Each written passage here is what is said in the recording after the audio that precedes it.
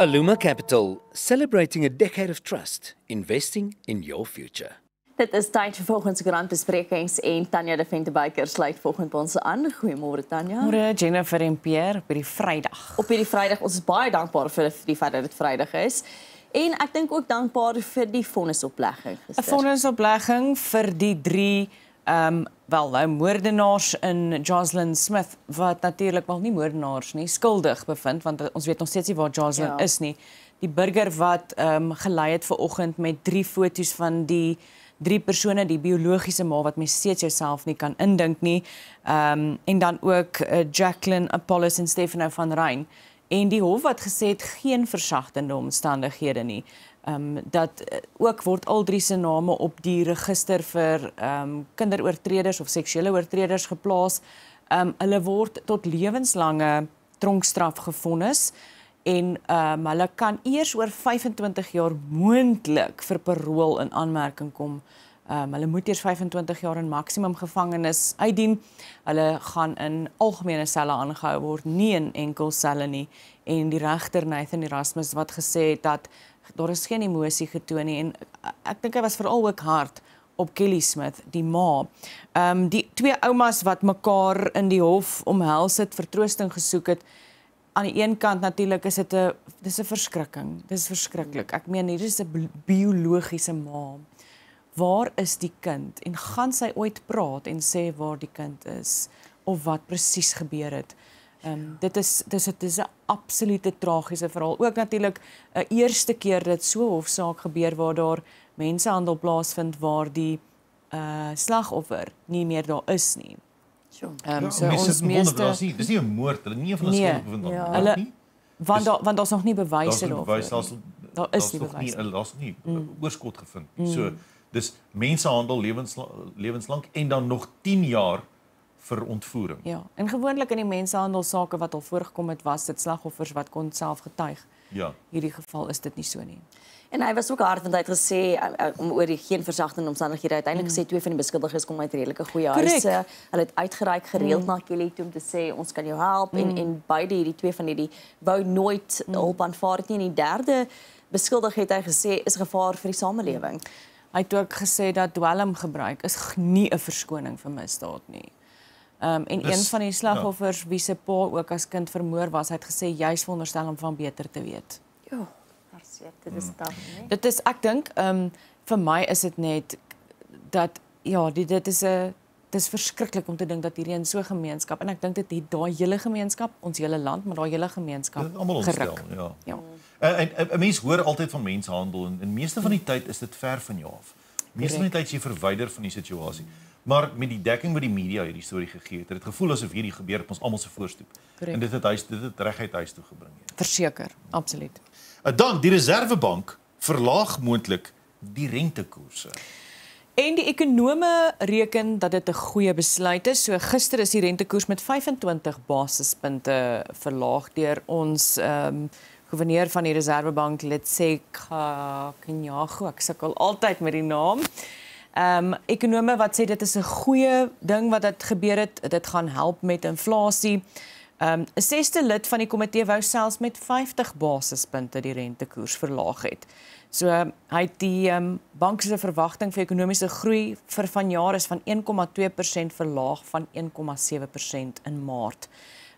Daar word gehoop dat hierdie 'n klein bietjie verligting vir huishoudings gaan bring. Hulle is ook besig om te kyk na die inflasieteiken wat 3% tot 6% was, maar hy het gesê dis te wyd. Hulle wil kyk of hulle dit 3% kan maak, maar dis 'n lang proses. Maar hulle is besig met die proses, nie almal is ten gunste daarvan nie, so dit is een ding waarna hulle ook na kyk. Die artikel het ook gesê dit sal seker die laaste verlaging wees in 'n rukkie wat ons al lang tyd, want ons het nou 'n paar in 'n ry gesien. Ja, korrek. Interessant hier, wat 'n mens 'n bietjie op jou senuwees maak, en ek haal aan, as die Reserwebank se ergste scenario, soos as handelsspanning aanhou styg, wêreldekonomie traag groei en die rand verswak, waar word, is daar 'n risiko van stagnasie, en hulle noem dit stagflasie in Suid-Afrika, swak of negatiewe groei, tesame met hoër inflasie. Ons hoop nie die scenario gebeur nie. Nee, ons hoop nie so nie, maar die realiteit is, daar is 'n ander situasie in Amerika. Dit het definitief 'n impak op die markte wêreldwyd. Ja, dit het inderdaad. Dan moet ons gesels oor teens, want hy het nou vir die eerste keer ook sy hart oopgemaak. Hy het gesels met Mia Spies van Netwerk 24 en interessant, ek weet julle het al vroeër die week ook gepraat oor die feit dat hy nou onskuldig bevind is. En blykbaar wou hy op 'n stadium het het oorweeg om sy eie lewe te beëindig oor die donker wolk wat oor hom gehang het. So hy sê die feit dat hy nou kan vorentoe beweeg, hy sê die boek is nog nie heeltemal toe nie. Daai wolk gaan maar daar hang. So hy is nog besig om sy graad en regte klaar te maak. En ja, kom ons hoop vir hom en vir die ander partye in die saak dat hierdie nou tot ruste kan kom.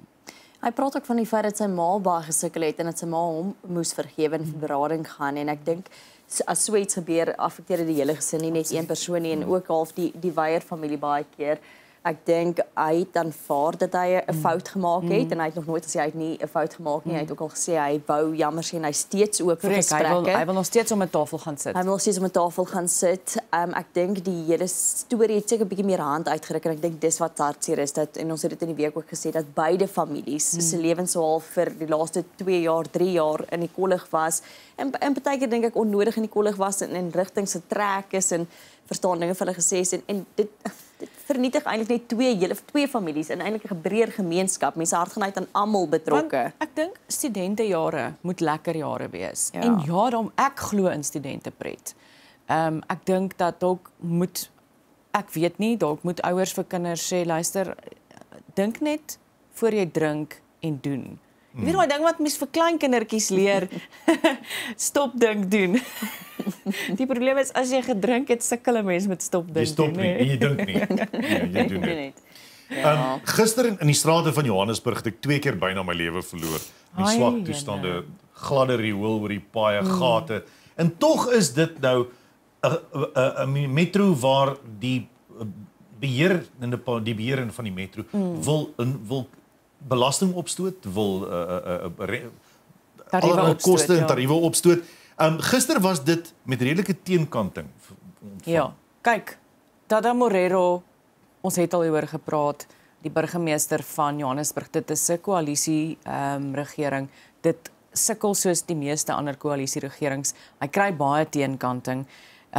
So hulle wil munisipale dienste se tariewe verhoog. Nou, hulle is nie die enigste metro wat dit wil doen nie. Dit is ook in Pretoria of in Tshwane voorgestel, maar Tshwane se begroting is wel aanvaar in die week. So daar's redelike teenkanting, dis gedebatteer. Cor Eis van die Vryheidsfront Plus wat gesê die begroting gaan 'n nog groter finansiële las op die sukkelende belastingbetalers plaas. Ek dink Johannesburg het die laaste paar jaar, Johannesburg trek swaar. Ja. Gaan agteruit. Dit gaan agteruit en ek dink ook een van die goed is dat die mense wat hulle rekeninge betaal het getrek. So dit voel, ek kan verkeerd wees, dit voel vir my asof Johannesburg verarm. Nou wil jy nog meer geld vra. En hoe gaan jy dit betaal? So Margaret Arnolds, die burgemeesterskomitee het vir finansies het dit verdedig en gesê dit is 'n goeie besluit en hulle moet die begroting deurkry. So ons sal maar sien wat gebeur in Johannesburg.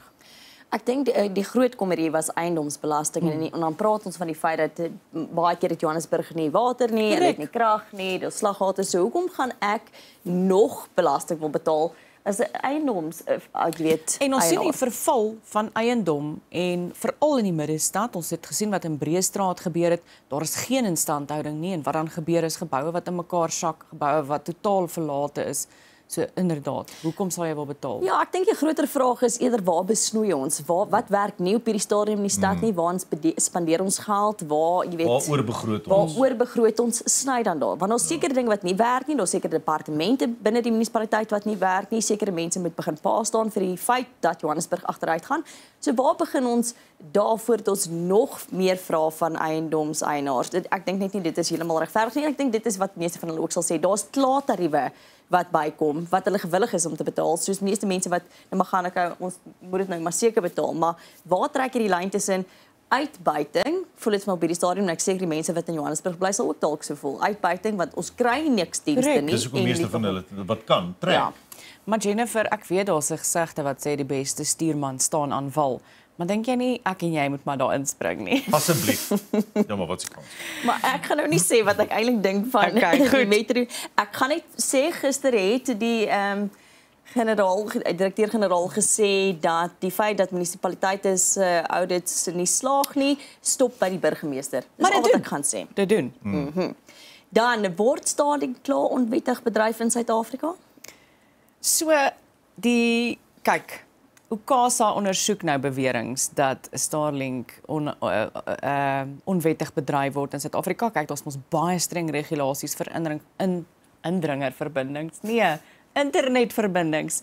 Die MK party wat nou gesê het dat dit gebeur, daar's natuurlik ook 'n webwerf en die bedryf se naam, ek wil net netjies lees, ICASA se push sê hulle. Daar is 'n webwerf waar hulle blaatant sê dat hulle die Starlink verskaf. So gaan hulle iets daaraan doen. Die minister Malatsi wat ontken het dat hy enigsins iets daarvan weet. Ek moet sê dit is nogals verrassend vir my dat jy as 'n minister niks daarvan af weet nie. Is dit so vreemd? Die MK party wat sê dat Elon Musk trek nou voordeel uit hierdie regulasies en dis natuurlik ook een van die redes hoekom hulle almal van die politieke partye in protes is oor die nuwe regulasies wat afgekondig is ook deur minister Malatsi vroeër die week of verlede Vrydag dink ek wat hy dit in die Staatskoerant gepubliseer het oor die regulasies spesifiek vir hierdie internetverbindings. Kyk, mens kan dit registreer in 'n land waar dit wel wettig is. Jy mag dan basies 2 maande buite daai land met die toestel beweeg, Ja. sover ek verstaan. So, en ek Dan moet hy weer terug wees, binne 2 maande terug wees in die land van registrasie en weer daar geaktiveer word, dan verval die 2 maande uit die land uit. So jy kan hom gebruik, sê nou maar, hipoteties gestel. Volgens my is as jy hom in dit wettig. Botswana geregistreer het. Mosambiek volgens my is ook wettig. Ja, as jy hom daar geregistreer het, mag jy hom volgens wet. Maar dan moet hier jy eendag gebruik meer gaan. vir die klein venstertydperkie. Maar ja, ek verstaan daar is 'n baie dis 'n politieke belaaide situasie. En interessant hierso dat daar ook allerlei groepe gemeenskapsgroepe genoem word deur die MK party. Hulle val sekere gemeenskappe aan en sê dis tipies hoe jy dit sal doen, jou so en so. So dit is maar 'n politiek gelaaide situasie. Maar die man van die Ossepias het ek een keer gesien hoe daai Starlink se satelliettrein oorbeweeg oor die baie mooi. Bosveld. In die Kalahari dit gesien, is pragtig. Ongelooflik. Pragtig. Regtig. So dit is mooi. Ek weet nie van die res nie, maar dit is mooi.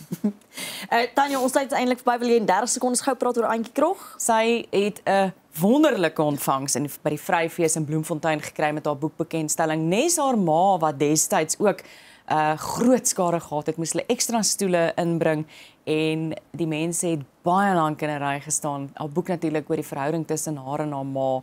Baie mooi boek en ek meen een van ons legendariese Afrikaanse skrywers. So. Ja, 3 Hertzogprys al Korrek. So ja, Korrek. Ek het die boek begin lees en ek kan nie wag om verder te lees nie. Tanya, jy moet 'n heerlike Vrydag hê. Julle ook.